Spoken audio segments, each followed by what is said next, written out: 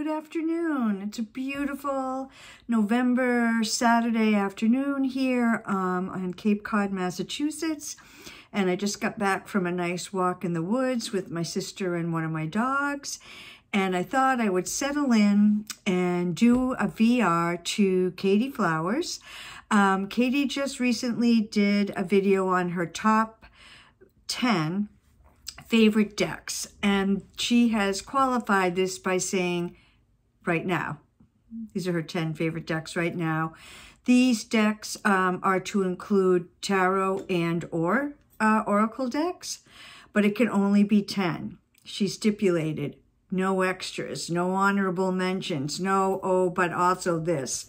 So I have followed the rules and I have 10 decks. I have 4 oracle decks and 6 tarot decks. So I thought I would start with the oracle decks, and I want to just do a little bit of backstory.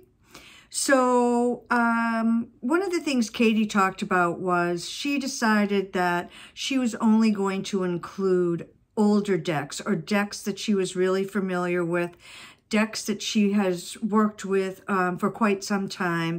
And so I'm going to follow her lead on that. I have 3 newer decks right now that I really love a lot. The Gentle Tarot, Super Lunaris, and Starseeker. But I'm not including them because they are newer and I'm still learning them and working with them. So they will be for a different video. Today, I'm only going to use decks that I've had for a while and that I'm really familiar with and that are really close to my heart and speak to me heart and soul. So, without any further ado, I'm going to start off with Oracle first. So the first one must be the Living Wheel Astrology cards. And you can see that this poor box is rather beat up. Before the pandemic, I traveled a lot for work, and I would always have to decide who gets to come with me on this trip, because when I did travel, I would be gone 6 days.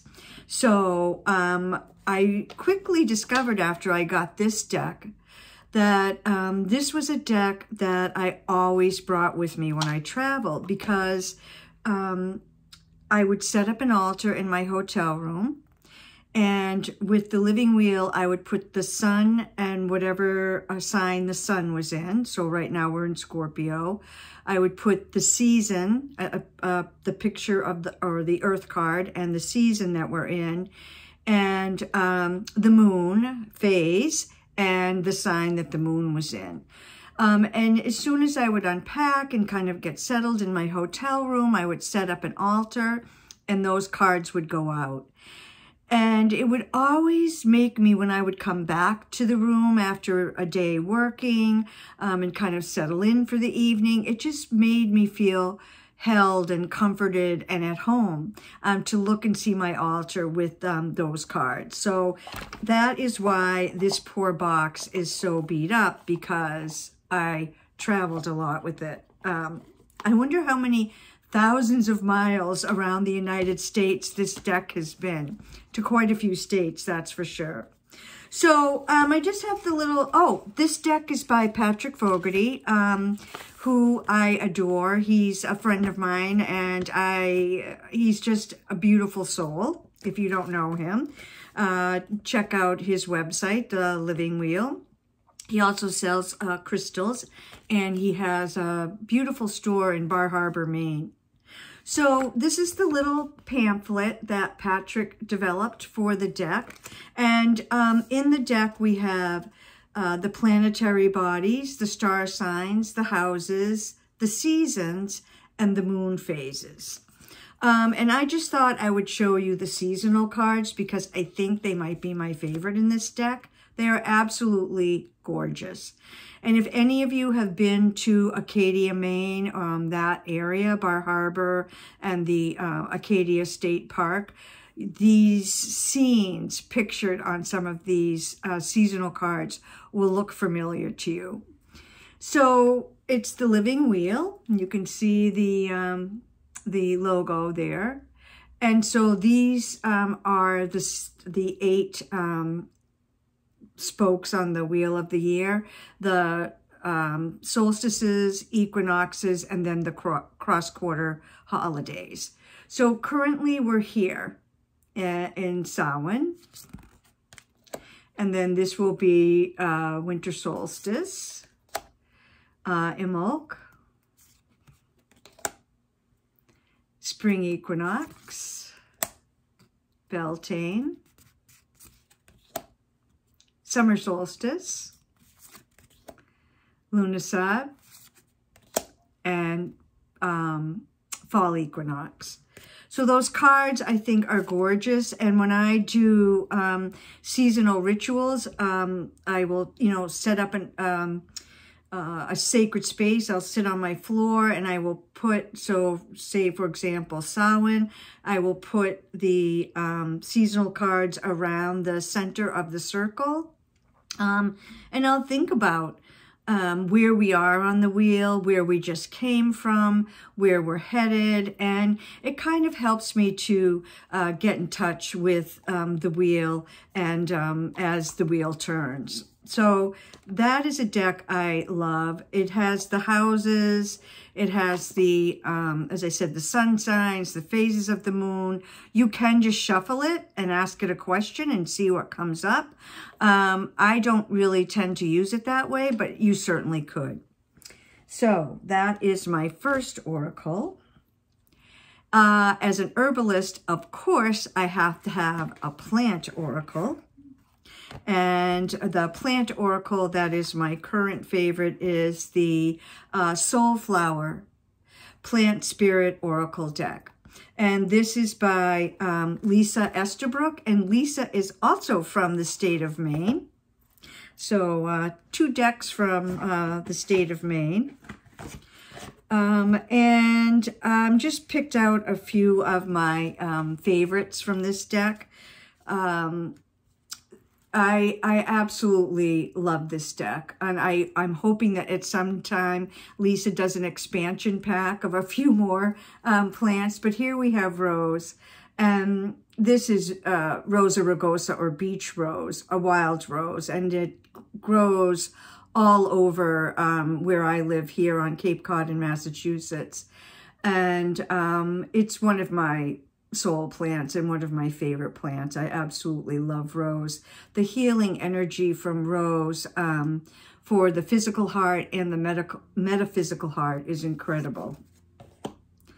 White pine is another one of my favorites, and you can see on the card, so we see white pine, and then the keyword is wisdom, and then Lisa has written a little blurb about it. So I'll just read this white pine.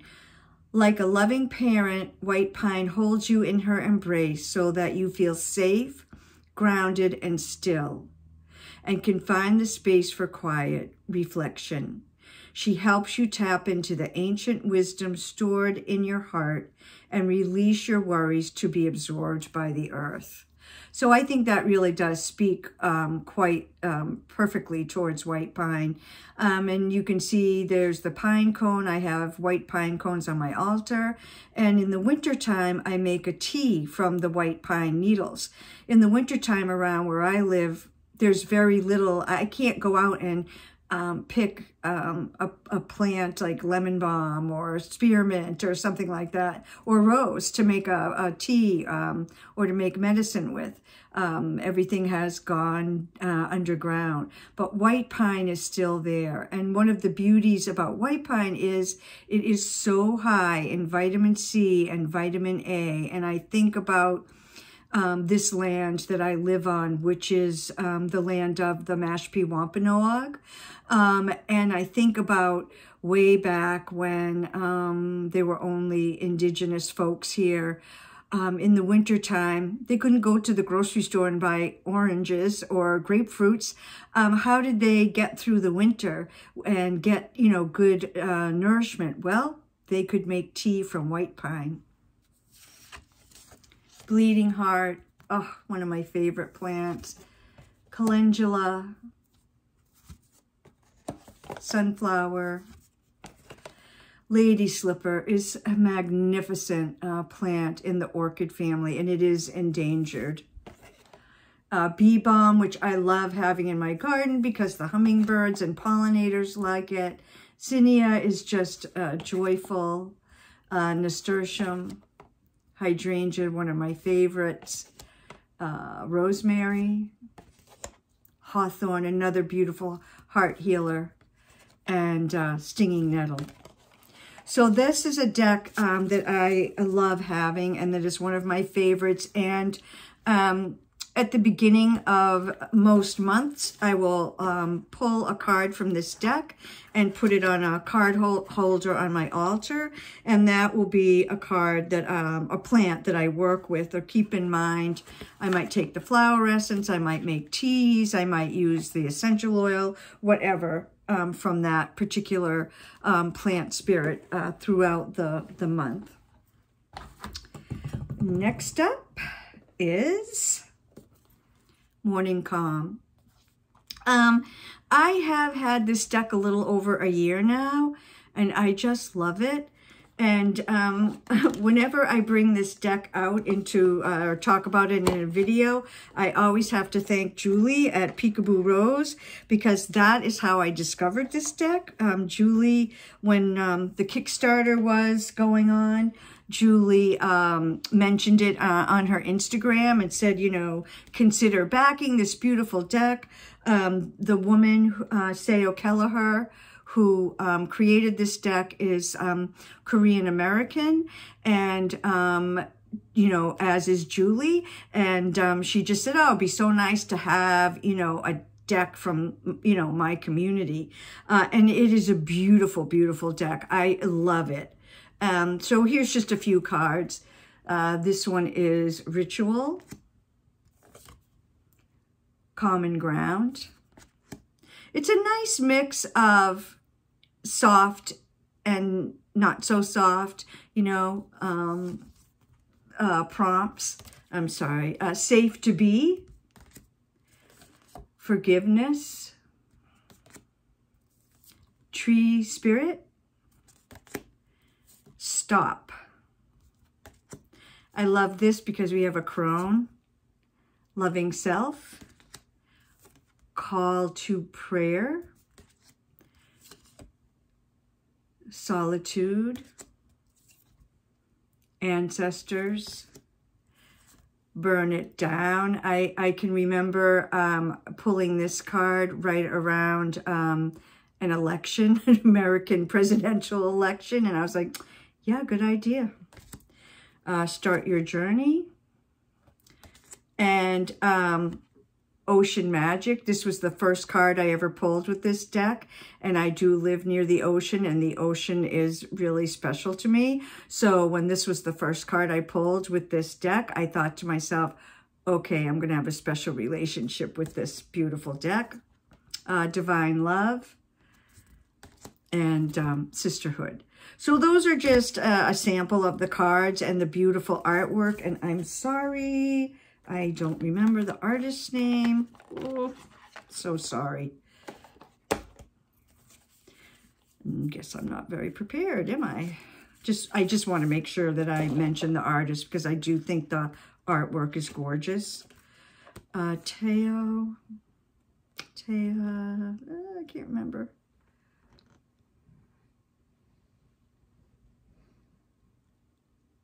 Oh, Elodia Yap. Beautiful artwork. The guidebook is lovely. Sayo did a lovely job with that. So anyway, another beautiful oracle deck that I'm so happy to have, and that I love using, and I find it to be an extremely healing and insightful deck. And then the last oracle deck that I have chosen is an animal deck. And I do love having plant cards and animal cards. It means I did not include a goddess deck, but oh well. And this is the Messenger cards by Sandra Kuntz. These are square, and I do love a square oracle or a square deck of any kind. This is Evolution. You can see the hummingbird and the panther, the journey. These cards are beautiful. The Illusionist, the Keeper of Magic, the Joy of Right Now, Heart of Fire, the Creative Force. It has a lot of crows in this deck. Compassion, Fertile Ground, and another hummingbird card, Message of Love. So I think this is a beautiful deck, and it's also a very healing deck, and the guidebook is really good as well. All right, so now on to tarot. So I picked 6 tarot decks, and interestingly, when I thought of which ones that were my favorites, that I used the most and felt like I knew the best and, you know, had used often, I realized that I think each one of these decks I have more than one version of, which I was kind of surprised about. I don't have very many double decks, but I think each one of these I do. So I'm going to start, these are not in any particular order. I'm going to start with this one.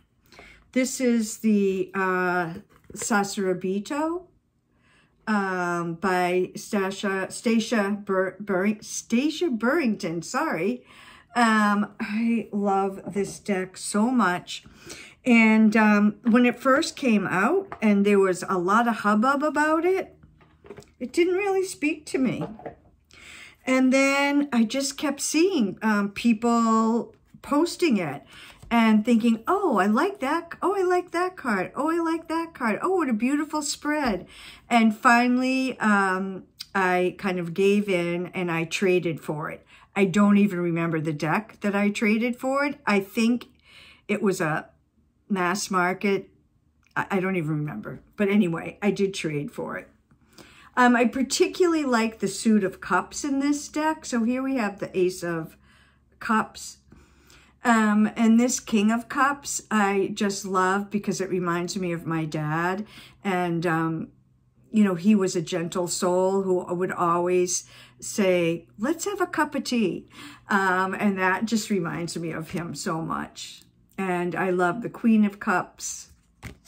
This is the World card. Judgment. Beautiful. 3 of Cups. That Death card, I think, is gorgeous. Hello, Mr. Knight of Wands.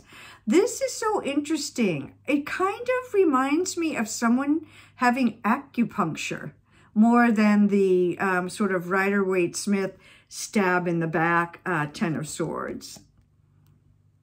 Oh, Queen of Swords, the Wheel.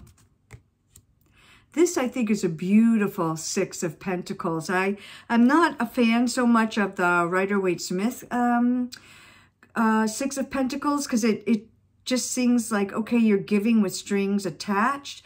This just seems like really giving and receiving, mutual giving and receiving. And I like that quite a bit.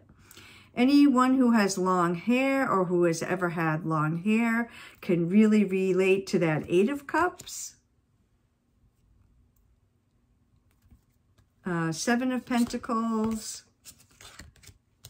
5 of Pentacles, and beautiful 9 of Cups. So I think this is a gorgeous deck. And the reason that I have 2 of them is because, as I said, I got the first one in a trade, and I used this deck a lot when I was reading, when I would do readings for other folks. And I just decided, you know what? I think I want a Sacrobito deck that's just for me, for my own readings for myself. And then the other one I'll use when I read for other folks. So I'm going to get this next one out of the way because any of you who have watched many videos on my channel or have followed me on Instagram are going to know that this will definitely be on my list, the Tarot de Saint Croix. And I do have more than one version of this. Lisa de Saint Croix, who's the creator of this deck, recently, just within the past, I'd say, few months, came out with a new edition of this deck. So the orange one is done. And now it's a borderless matte card with the titles on the bottom. So I did pick that up, and I do like having the borderless, but I don't know, there's just something about these orange ones that I just absolutely love. So this card, when I first got the deck and was going through the cards, this made me just get a huge smile on my face. So we see for the Hierophant, the Dalai Lama, and what a different energy he brings to that card than, you know, the guy that we normally see on the Rider-Waite-Smith. This version of the Nine of Swords just really spoke to me in terms of the meaning of this card. I adore this Seven of Wands. One of my favorite minor cards is the Seven of Wands. I always like to look in a new deck and see how the creator has portrayed it. Three of Cups, I love because my family, we play a lot of card and board games.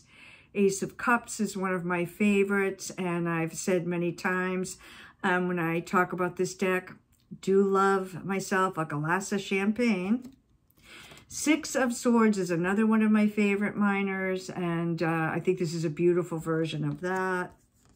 More champagne, Ten of Cups, beautiful Priestess, Empress, and a beautiful World card. So I love this deck. I use it all the time, and I have from the day I got it. It's done a lot for me. I do mainly readings for myself. I don't use this so much to read for other folks. So that's Tarot de Saint Croix.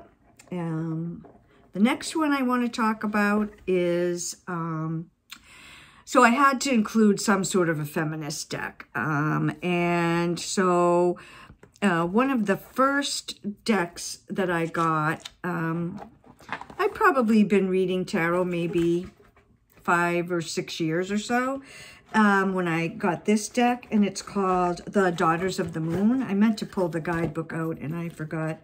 But this was the first version. When it first came out, it was a black and white deck. One of my favorite cards. And Fiona Morgan headed up a collective of women, artists, and creators to create this deck. And it is a feminist deck. And Fiona wanted it to be black and white so that people could color it in themselves. And it's flat. There's no coating on it. So you could color it in. And I had every intention of coloring it in. But, oh, I love this one, Mawu. But I was always afraid. I am not very artistically gifted, and I was so afraid that I might wreck it, and so I just left it as is, and I'm really glad I did, because it soon came out in a colored version. So now I have this one. This is really shiny. You can see it on the camera. Oh, there's my Mawu. Oh, the power in that card. Beautiful, beautiful card. And I have to say, one of the reasons I didn't feel so compelled to include a goddess deck in my top 10 decks was because this deck has quite a few goddesses. Mawu, this is Isis, Yemaya, Spider Woman. So there's quite a few goddesses in this deck, and I feel like that, you know, covers the bases for me.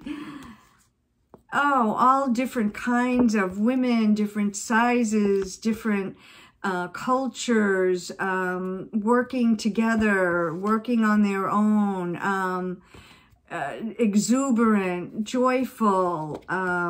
It's just, I just love this deck. Just absolutely beautiful deck. Crone. This is the, instead of the magician, it's the witch. And so here we see women coming together in a circle. And this one is, again, we see women from all variety of cultures sitting down to dinner. And it just makes me happy to see women sitting together, sharing sacred space. I don't know. I just love this deck. So there we go.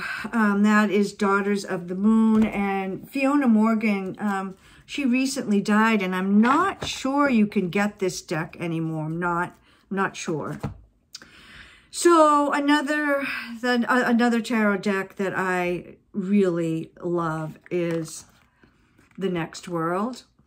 And I do have two of these as well. So this is the pocket version. And I have the original version, which is quite a bit bigger. I just wanted to really, oh my goodness, quickly, this is Christy C. Rode, the artist and creator. I just wanted to quickly read from the guidebook. When we're up, the system wants to tear us down. When we're down, we sink in an act of resistance or self-preservation that comes from the horror of exhaustion. I have been feeling exhausted lately. How do we hold each other up in a world where oppression can be louder than self-love? The Next World Tarot is a tool for magic. Magic is essential for the head to reach the feet and for the feet to truly feel the earth. So this is somewhat post-apocalyptic, and it's really sort of a revolutionary deck. So I thought I would just show you, this is the priestess, the high priestess. So this is the pocket deck, and this is the, so you can see there's a tremendous difference in the size of the deck. So here's the high priestess, devil, Two of Cups. So this is a beautiful deck in terms of we see different kinds of gender expression, different kinds of relationships, older, younger, bigger, smaller, whiter, browner, you know, we just see all different kinds of folks. I think that Sun card is gorgeous. The Magician. Look at that Empress. Oh. This is the Tower, and Christy has called it Revolution. And there's a sign sort of in the middle of the card that says, defend the sacred. No blood for oil. We're kind of right here, aren't we? I think this Lovers is incredible. King of Cups. So instead of the Hierophant, we have the Messenger. 10 of Cups. Queen of Pentacles. The Star. And one of my favorite moon cards. So that is a deck that I love. And when I'm really feeling in a place of turmoil and angst and anger, maybe even, that is a deck that I reach for. So I thought that I would include a Rider-Waite-Smith deck. I do use them to study with, and I do like having at least one in my top 10. So I have decided to include a Carol Herzer. It's the Starlight Illuminated, and it's one of the glitter ones, and I've never been able to get the glitter to show up on camera. And I have a non-glittered version of the Starlight Illuminated that I bought for myself on a special birthday, treated myself. And then a friend of mine who saw my version of the deck loved it so much that they went out and got the glittered version. And then at one point said, I'm done. I've gotten what I can from this deck, and gifted it to me. And I just can't tell you how much that means to me. So I have included that one as my Rider-Waite-Smith rep. And Carol takes black and white drawings of the Rider-Waite-Smith, hand colors them in, and then with these, no, you can't see it. This particular deck, she put glitter on and then laminates them. And they're just beautiful. The colors are gorgeous, really easy to shuffle. I totally love this version of Rider-Waite-Smith. All right, 1, 2, 3, 4, 5. And the 6th one is a deck that I'm doing a deep dive with right now. The Gaian Tarot by Joanna Powell Colbert. Esther over at Mindful Tarot is sponsoring a tarot challenge that started October 15th and is going through the end of 2021. So apparently from October 15th to December 31st is 78 days. And so Esther had us, inspired us to pick a deck that we really want to do a deep dive with, and pull that deck out. She's given us the order to go through. So we started with the Suit of Pentacles, where today was the 9 of Wands. So Wands is the second, then Cups, then Swords, and then the Majors. So yeah, so here we have the 9 of Wands is our card today. So this is, I have 2 versions of this deck. This one I got from Joanna. It's a limited edition, and it's large. So let's just see. This is the Llewellyn version, and you can see it's quite a bit bigger than standard tarot size. So I've been using the larger one as I do my study. So I just pulled some Pentacles, which Joanna calls Earth, and some Wands, which she calls Fire. And I've been so enjoying this deep dive. So that was the 2 of Earth. I'm sorry, this is the 10 of Earth. She has for the Quartz, she has Child, Explorer, Guardian, and Elder. This is the Explorer of Earth. This is the 3 of Wands, Fire, 6 of Earth.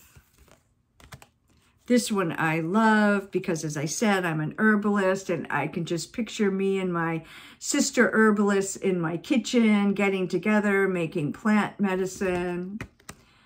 4 of Fire, 4 of Earth. And this one is the Guardian of Fire.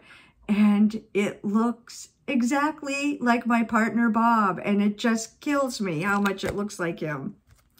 So I think that's everything. 1, 2, 3, 4, 5, 6. Yeah.